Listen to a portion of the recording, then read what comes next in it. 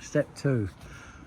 Now you've put the board on, screwed that end. Come up here and screw this in. Now, as much as you try and get that to join, it's very difficult. So if you haven't got one of these straps, get them. So, hard off with it. So let's just.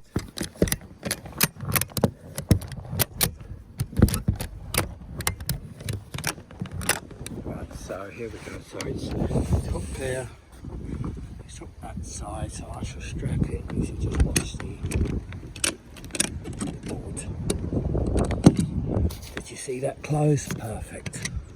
Once that's perfect, grab your drill,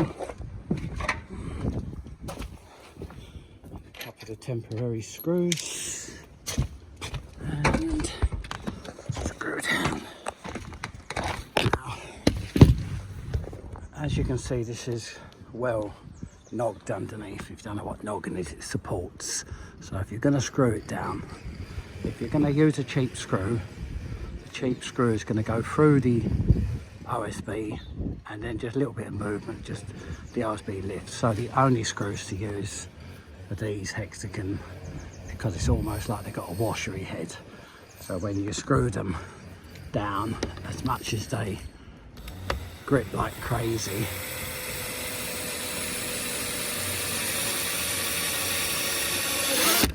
countersink them in just enough to felt to go over it, the underfelt, and that will not come up. And they're only about 15p each. So if you can't have 100 of them screws and add, what's 115p's? Oh yeah, and your mind's gone blank. 15p, no, 10 is 150. Yeah.